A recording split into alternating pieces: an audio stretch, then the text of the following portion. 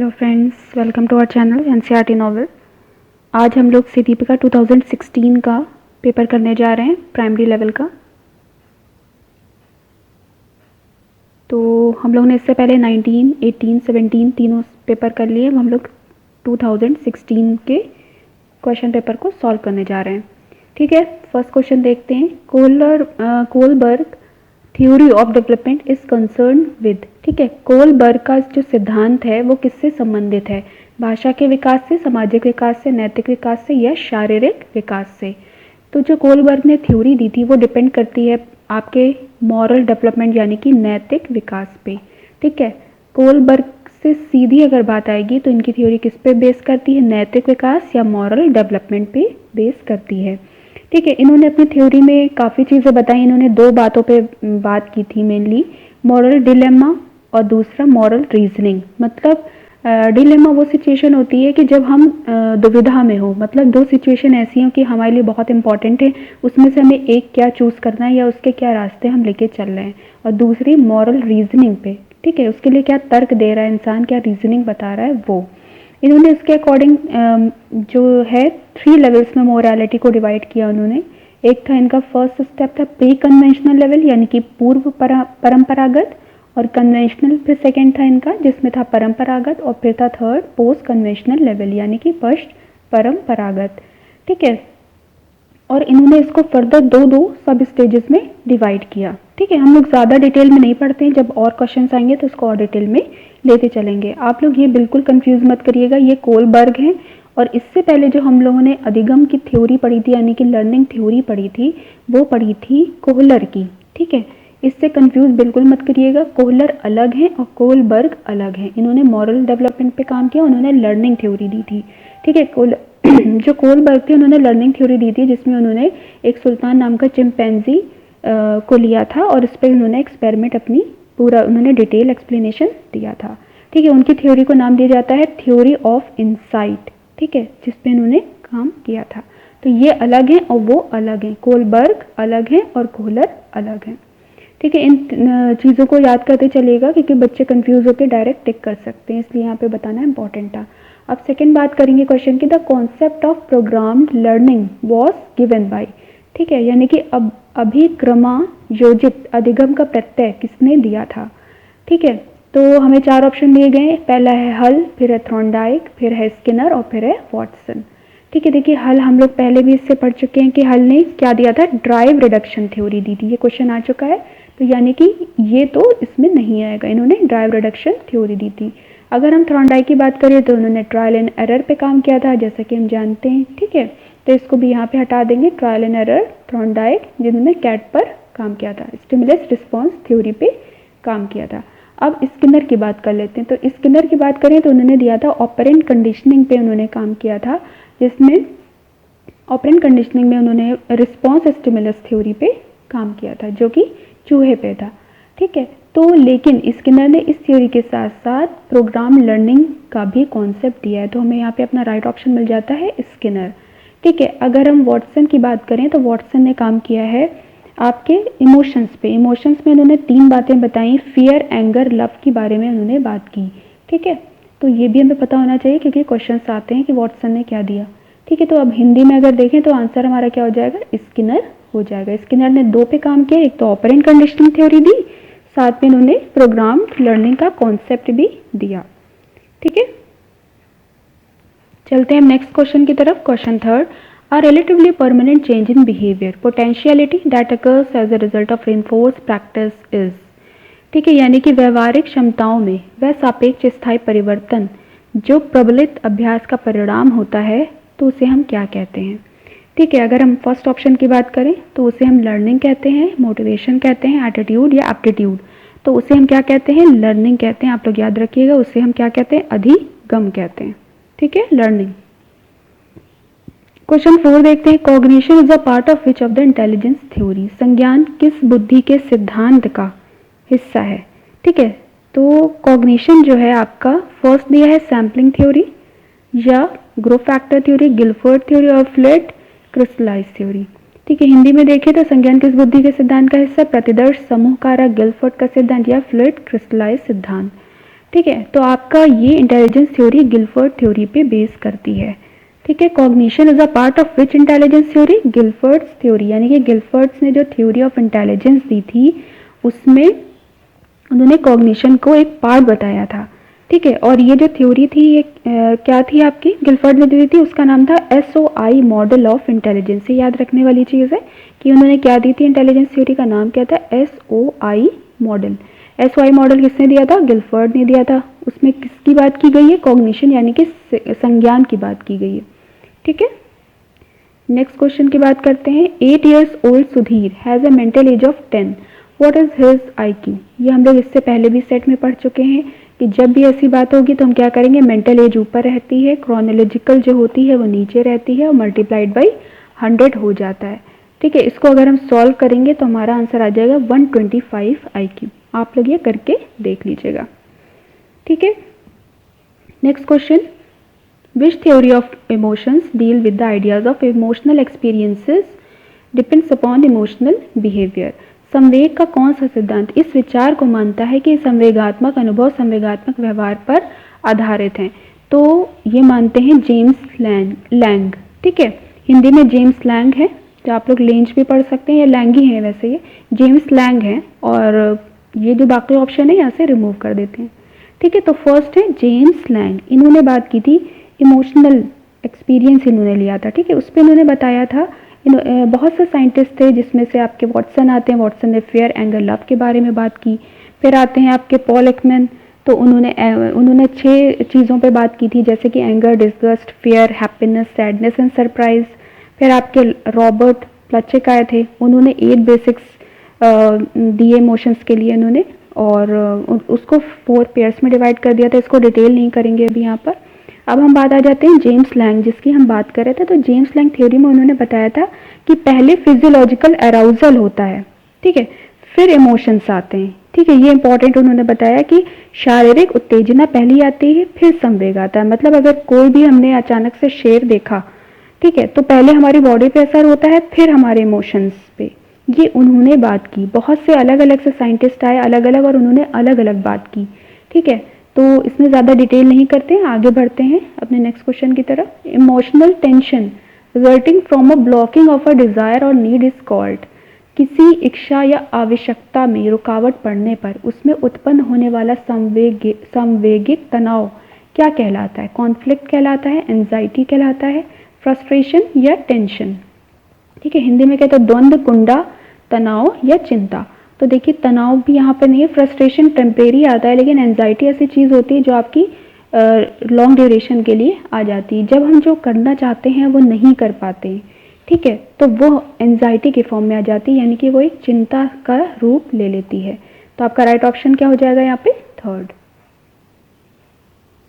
अब बात करते हैं क्वेश्चन 8 की तरफ चलते हैं, जिसमें पूछा है विच of the following is not the law of learning. देखिए फिर लॉज ऑफ लर्निंग आ गए। हमने पहले भी पढ़ रखा है कि थॉर्नडाइक थे जिन्होंने बताया था ट्रायल एंड एरर थ्योरी के बारे में, जो कि उन्होंने कैट पे की थी, जो कि स्टिमुलस रिस्पॉन्स थ्योरी है और वो किस पे बेस करती है? कनेक्शनिज्म पे बेस करती है। इन्होंने 3 लॉ भी दिए, लॉ ऑफ लर्निंग। इन्होंने जो लॉ दिए वो 2 तरह के थे, एक तो प्राइमरी थे, ठीक है, और एक थे आपके सेकेंडरी। ठीक है, प्राइमरी में इन्होंने 3 लॉ के बारे में बताया, जो कि था law of effect, law of readiness and law of exercise. ठीक है, तो देखिए अब इसमें पूछा है कि इसमें से कौन सा लॉ नहीं है। तो लॉ ऑफ रेडीनेस है, इफेक्ट भी है और एक्सरसाइज भी है, तो वो है लॉ ऑफ स्ट्रेस, जो कि इनके लॉ में, थॉर्नडाइक के लॉ में नहीं है। तो देखिए थॉर्नडाइक, आपके स्किनर, ठीक है, लर्निंग थ्योरीज जिनकी है, कोहलर, कोलबर्ग, पियाजे, ठीक है, ये सब बहुत इंपॉर्टेंट है। इनको हम बार बार आपको टॉपिक बता रहे हैं, आप इसको अच्छे से पढ़ते रहिए। ठीक है, बहुत ज़रूरी है ये आपके किसी न किसी फॉर्म में। ये जो आपका CDP का क्लास है, जो प्रीवियस पेपर करवाए जा रहे हैं, ये UP टेट के लिए तो इम्पॉर्टेंट है, CTET के लिए भी इम्पॉर्टेंट है, प्लस आपके जो प्राइमरी टीचर एग्जाम या इंटीग्रेट जो भी होने वाला है उसके सबके लिए इम्पॉर्टेंट है। ये सारे टीचिंग एग्जाम, KVS, सबके लिए इम्पॉर्टेंट है, क्योंकि सब में क्या होता है, पेडागोजी आती ही है, चाइल्ड पेडागोजी। ठीक है, अब बात करते हैं ये जो पियाजे और ये सब है, ये सब बेइंतहा इंपॉर्टेंट है। ठीक है, पियाजे is mainly known for studying.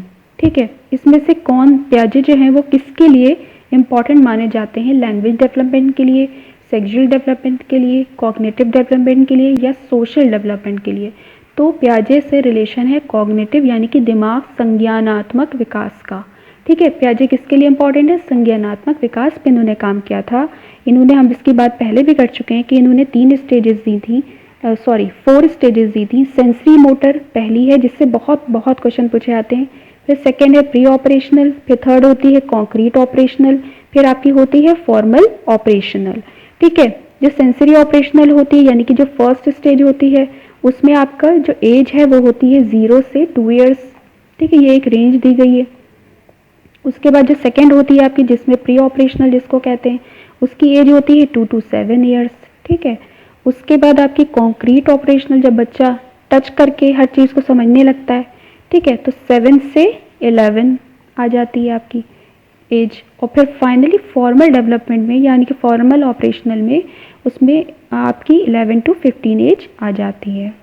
ठीक है, और इससे ज़्यादा, सबसे ज़्यादा कॉन्क्रीट ऑपरेशनल से पूछते हैं कि ये कौन सी स्टेज है, इसकी हायरार्की क्या है, तो ये 3rd नंबर पर आती है। दूसरे इसके लिए पूछते हैं कि बच्चे में कब लॉजिक डेवलप हो जाता है, वो कौन सी स्टेज है, तो वो कॉन्क्रीट ऑपरेशनल है, उसकी एज क्या है 7 to 11 ईयर्स। गैंग एज के नाम से इसको पूछ लेते हैं कि गैंग एज कौन सी है, तो कॉन्क्रीट ऑपरेशनल यानी कि 7 to 11 ईयर्स यानी कि 3rd स्टेज आपकी कैसी है, गैंग एज होती है। ठीक है, तो ये पियाजे से रिलेटेड ये क्वेश्चन है, ये भी बहुत इंपॉर्टेंट है। और इन्होंने किस पे काम किया? आपके संज्ञानात्मक विकास या कॉग्निटिव डेवलपमेंट पे काम किया। Next question, when training given to one part of a human body get transfer to the other part then it is called what? ठीक है, तो इसमें से अब इसको पढ़ने से पहले हम लोग ये पढ़ लेते हैं कि ट्रांसफर्स ऑफ लर्निंग एक्चुअल में होता क्या है, क्योंकि इससे पीछे भी आपके क्वेश्चन देखे गए कि आए हुए हैं और इसमें भी देखने को मिल रहा है। तो बात करते हैं ट्रांसफर ऑफ लर्निंग की। इसकी बात भी किसने की थी? आपकी थॉर्नडाइक ने की थी। देखिए, याद रखिए, थॉर्नडाइक ने ट्रायल एंड एरर थ्योरी दी, लॉज ऑफ लर्निंग दिए। ठीक है, और उसके साथ साथ इन्होंने ट्रांसफर ऑफ लर्निंग की भी बात की। इन्होंने बताई कि ट्रांसफर ऑफ लर्निंग जो होती है वो 2 तरह की होती है, कई काइंड्स इन्होंने दिए। एक तो 3 टाइप्स की होती है, एक तो पॉजिटिव होती है, एक नेगेटिव होती है और एक न्यूट्रल होती है, मतलब जिसमें कोई इफेक्ट नहीं पड़ता। तो जो पॉजिटिव है, जैसे कि हमने साइकिल चलाना सीखी, उसी के साथ हम स्कूटी भी चलाने लगे। ठीक है, उसी को आगे बढ़ के हम कार में यूज़ करने लगे। तो इस तरह की जो लर्निंग हो रही है, जो सपोर्ट कर रही है, तो वो कहलाती है पॉजिटिव लर्निंग। ठीक है, अब नेगेटिव की बात करें तो नेगेटिव में क्या है कि एक चीज़ हमें प्रॉब्लम क्रिएट करी है, जो हमारी प्रीवियस नॉलेज है उससे हमारे आगे जो हम ले रहे हैं उसमें प्रॉब्लम हो रही है। ठीक है, तो वो हमारी कहलाती है नेगेटिव। और न्यूट्रल में कोई फर्क नहीं पड़ता, जैसे वो हो रही है वो होती रहेगी, उस पर किसी चीज़ का ना पॉजिटिव इम्पैक्ट पड़ेगा ना नेगेटिव इम्पैक्ट पड़ेगा। ठीक है, अब अगर बात करें तो इन्होंने एक और स्पेशल टाइप दिया, जो काइंड्स दिए इन्होंने, तो वो भी आपके पूछे जाते हैं। वो आपके हैं यूनिलैटरल आपका आ जाएगा, और एक आएगा बाईलैटरल, वर्टिकल एंड हॉरिजॉन्टल, जो हम लोग को यहाँ पे ऑप्शन में दिख रहे हैं। ठीक है, इन्होंने ये स्पेशल काइंड्स दिए, vertical transfer, horizontal transfer, bilateral and unilateral. तो उसको उन्होंने अच्छे से समझाया कि एक्चुअली यूनिलैटरल क्या होता है, वन साइडेड की जब बात की जाए, बाईलैटरल की बात क्या होती है, जब दोनों साइड की बात की जाए। ठीक है, वर्टिकल की बात करें तो नीचे से ऊपर की तरफ वो बढ़ता है। ठीक है, सीक्वेंस में बढ़ेगा, सबसे पहले बहुत सिंपल चीज़, फिर और कॉम्प्लेक्स होती जाएगी। ऐसे को हम वर्टिकल कहेंगे लर्निंग। उसके बाद हॉरिजॉन्टली, जो बिल्कुल सीधी ऐसे होती जाए, ऐसे। ठीक है, ये ऐसे बढ़ती चली जाए ये। ठीक है, और आपकी वर्टिकल हम पढ़ ही चुके हैं, जो ऊपर की तरफ, नीचे से ऊपर की तरफ बढ़ती चली जाए, उसे वर्टिकल कहेंगे। ठीक है, तो अब यहाँ पे बात की जा रही थी क्वेश्चन में कि जब बच्चा ट्रेनिंग ले रहा है एक पार्ट से, when a training given to a one part of human body gets transferred to the other part, वो उसे क्या कहेंगे? जैसे सपोज हम यहाँ पे ये बात करें कि हम एक हाथ से लिखना सीख रहे हैं, अगर हम उल्टे हाथ से भी लिखने लगते हैं तो वो क्या कहलाएगा? यहाँ पे आपकी बायलैटरल की बात की जाएगी। बायलैटरल में क्या हो जाएगा, इधर की तरफ हमने कुछ सीखा तो बॉडी के इस पार्ट में भी अगर वो चीज़ आ रही है तो वो क्या कहलाएगी? बायलैटरल ट्रांसफर कहलाएगी। ठीक है, राइट ऑप्शन आपका हो जाएगा द्विपार्श्विक अंतरण। ठीक, चलते हैं नेक्स्ट क्वेश्चन की तरफ। The score in a given set of data that appears most frequently is called. अगर कोई डेटा में हमें बहुत ज़्यादा, जैसे कि ये आपका स्टैट से क्वेश्चन है, इसमें कह रहे हैं कि अगर कोई डेटा दिया गया, जैसे किसी बच्चे के मार्क्स हैं 10 में, तो वो किसी के 2 हैं, किसी के 5 हैं, ठीक है, किसी के 4 हैं और फिर किसी बच्चे के 5 आ रहा है, फिर 5 आ रहा है। ठीक है, तो अगर किसी नंबर की फ्रीक्वेंसी ज़्यादा दिखेगी तो वो क्या कहलाता है? वो क्या कहलाता है आपका फर्स्ट ऑप्शन, यानी कि वो मोड कहलाता है, और हिंदी में क्या कहेंगे, बहुलांक कहलाता है। ठीक है, इसको याद रखिएगा, मोड या बहुलांक। नेक्स्ट बात करते हैं क्वेश्चन 12, जिसमें बात की गई है ऑपरेंट कंडीशनिंग थ्योरी, जिसकी हम लोग बहुत बार बात कर चुके हैं। ठीक है, ऑपरेंट कंडीशनिंग थ्योरी किसने दी थी? ये दी थी आपके स्किनर ने। ठीक है, यहाँ पे अगर बात करें तो थॉर्नडाइक ने ट्रायल एंड एरर थ्योरी दी थी, ये भी हम लोग पढ़ चुके हैं। ठीक है, जो कोलर ने क्या दिया था, थ्योरी ऑफ इंसाइट दी थी, जो कि चिंपैंजी सुल्तान पे उन्होंने किया था। ठीक है, ऐसे ही पावलोव ने दी थी आपकी क्लासिकल कंडीशनिंग, जिसमें उन्होंने डॉग पे एक्सपेरिमेंट किए थे। स्किनर ने दी थी ऑपरेंट कंडीशनिंग थ्योरी। अब स्किनर ने प्रोग्राम लर्निंग के बारे में भी बताया था, कई बार हम लोग इसकी बात कर चुके हैं। इन्होंने जो एक्सपेरिमेंट किया था वो रैट पे किया था। इसको रिस्पॉन्स स्टिमुलस थ्योरी भी कहते हैं, इंस्ट्रूमेंटल कंडीशनिंग भी कहते हैं, रीइंफोर्समेंट थ्योरी भी कहते हैं, शेड्यूल ऑफ रीइंफोर्समेंट के नाम से भी इसको जानते हैं। प्रिंसिपल ऑफ प्रोग्राम लर्निंग भी इन्होंने दिया था स्किनर ने। ठीक है, तो एक साइंटिस्ट ने बहुत सारे काम किए हुए आप लोगों के। तो यहाँ पे स्किनर की बात हमने कर ली, और इन्होंने जो अपना एक्सपेरिमेंट किया था वो ऑब्वियसली किस पे, रैट पे किया था। इन्होंने डॉग पे किया था। ठीक है, इन्होंने कैट पे किया था, और इन्होंने चिंपैंजी पे किया था, जिसका नाम था सुल्तान। ठीक है, नेक्स्ट चलते हैं अपने क्वेश्चन 13 की तरफ। Albert Bandura is associated with which of the following? ठीक है, तो इन्होंने किस पे काम किया, सोशल लर्निंग पे, बिहेवियरल थ्योरी पे, या कॉग्निटिव या साइको सोशल थ्योरी पे काम किया? इन्होंने काम किया था सोशल लर्निंग थ्योरी पे। ठीक है, यानी कि सामाजिक अधिगम सिद्धांत पे इन्होंने काम किया था। Question 15, who gave the concept of mental as? अभी हम लोग ने बात की थी कि mental as upon chronological age multiplied by 100 से क्या निकलता है, आईक्यू निकलता है। ठीक है, तो ये दिया किसने था? ये आपके दिया था बिने साइमन ने। ठीक है, वही बात आ जाएगी कि IQ equals to mental age, Hindi में कहेंगे बुद्धि लब्धि। ठीक, बुद्धि लब्धि इक्वल्स टू मेंटल एज, मानसिक आयु अपॉन क्रोनोलॉजिकल आयु एज, और मल्टीप्लाइड बाय 100। ये इन्होंने दिया था किसने? बिने साइमन ने। तो देखिए, इससे रिलेटेड आपके 2 क्वेश्चन आ गए। नेक्स्ट बात करेंगे क्वेश्चन 15 की तरफ। According to Terman, child having IQ ranges from 90 to 100 is considered. ठीक है, देखिए जो टर्मैन थे उन्होंने आपका एक पूरा क्या दिया था, चार्ट दिया था, जिसमें उन्होंने डिवाइड किया था कि कौन सा बच्चा किस लेवल का है। ठीक है, तो यहाँ पे जो 90 और 100 की बात की है, तो उन्होंने वो एवरेज इंटेलिजेंस के लिए बताया कि ऐसे बच्चे किस में आएंगे, आपके एवरेज इंटेलिजेंस यानी कि सामान्य बुद्धि के अंदर आएंगे। ठीक है, तो आप लोगों को ये करना है, सिर्फ इस क्वेश्चन को नहीं पढ़ना है, उसका पूरा चार्ट एक है, वो आप लोगों को पढ़ना है। अगर आप लोग कहेंगे, कमेंट करेंगे बहुत सारे बच्चे, तो आप लोगों को वो भी प्रोवाइड कर देंगे, क्योंकि वो चार्ट बहुत लंबा है। ठीक है, तो आपको ओरली बता सकते हैं, लेकिन उसको लिखना पॉसिबल नहीं है। ठीक है, तो इन्होंने बताया कि 40 से 54 जो है वो मॉडरेटली इम्पेयर्ड और डिलेड होंगे। 55 से 69 जो रेंज है वो रहेगी माइल्डली इम्पेयर्ड, और जो बच्चे कमज़ोर होंगे, ठीक है, माइल्डली इम्पेयर्ड हो जाएंगे। उसके 70 से 79 जो है वो बॉर्डर लाइन इम्पेयर्ड होंगे, और 80 से 89 लो एवरेज में आ जाएंगे। 90 से 109 एवरेज में आ जाएंगे। 110 से 119 हाई एवरेज, 120 से 129 सुपीरियर, 130 से 144 गिफ्टेड, एंड 145 से 160 वेरी गिफ्टेड और हाईली एडवांस्ड हो जाएंगे। ठीक है, ये पूरा डेटा है इनका।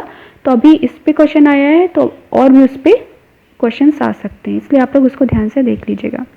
नेक्स्ट करते हैं क्वेश्चन 16 की बात करते हैं। Learning Pavlov's conditioning theory is based on, अभी हम लोग ने बात की थी इससे पीछे ही कि पावलोव ने किस पे अपना काम किया था, डॉग पर काम किया था, यानी कि कुत्ते पे काम किया था। ठीक है, नेक्स्ट देखते हैं लर्निंग बाय इनसाइट थ्योरी पे क्वेश्चन आ गया, थ्योरी ऑफ इनसाइट पे। Learning by insight theory was propounded bye, पढ़ चुके हैं हम लोग, कोहलर ने दिया था। ठीक है, नेक्स्ट चलते हैं। Process of arousing, sustaining and regulating activity is, ठीक है, यहाँ पे हमने क्वेश्चन 18 में क्या पढ़ा, कार्य को आरंभ करना। ठीक है, कार्य को आरंभ करने, जारी रखने और नियमित करने की प्रक्रिया जो होती है वो क्या कहलाती है, वो कहलाती है आपकी मोटिवेशन, यानी कि प्रेरणा कहलाती है। ठीक है, नेक्स्ट क्वेश्चन 19 पे देखेंगे, वे ऑफ मिनिमाइजिंग फॉरगेटफुलनेस।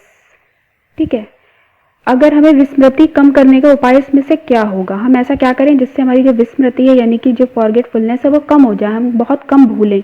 ठीक है, under learning, defective method of learning ले लें, रिपीटिशन ऑफ लेसन करें, या laser attention in memorising.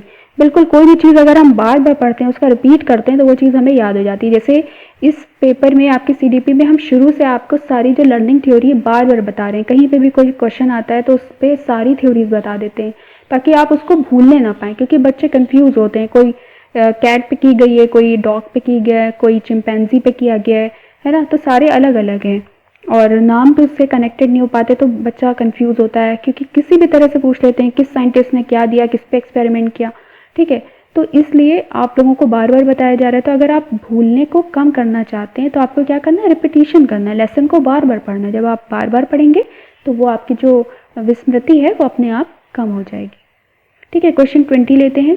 Anger and fair is a type of, अभी हमने ये भी पढ़ा था, एंगर, फेयर एंड लव, तीन जो थे इमोशंस के लिए वो दिए थे वॉटसन ने, और ये किसके लिए है, संवेग यानी कि इमोशन के लिए है। ठीक है, अब बात करेंगे क्वेश्चन 21 की, कॉपिंग of external behaviour of another individual. अगर हम किसी दूसरे व्यक्ति को देख के उसकी नकल करते हैं तो वो क्या कहलाता है, ऑब्वियसली इमिटेशन कहलाता है, यानी कि अनुकरण कहलाता है।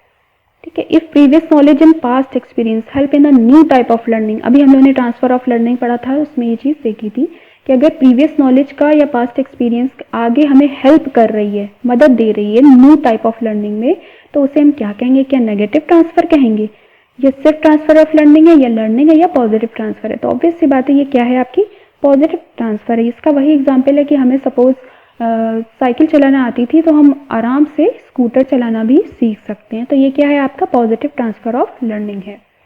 ठीक है, क्वेश्चन 23 देखते हैं। Failing to retain or to be able to recall what has been acquired is called, सीखी हुई बात को स्मरण रखने या पुनः स्मरण करने की सफलता को कहते हैं। ठीक है, क्या कहते हैं इसमें से, कल्पना कहते हैं आपकी, या स्मृति, या विस्मृति, या ध्यान।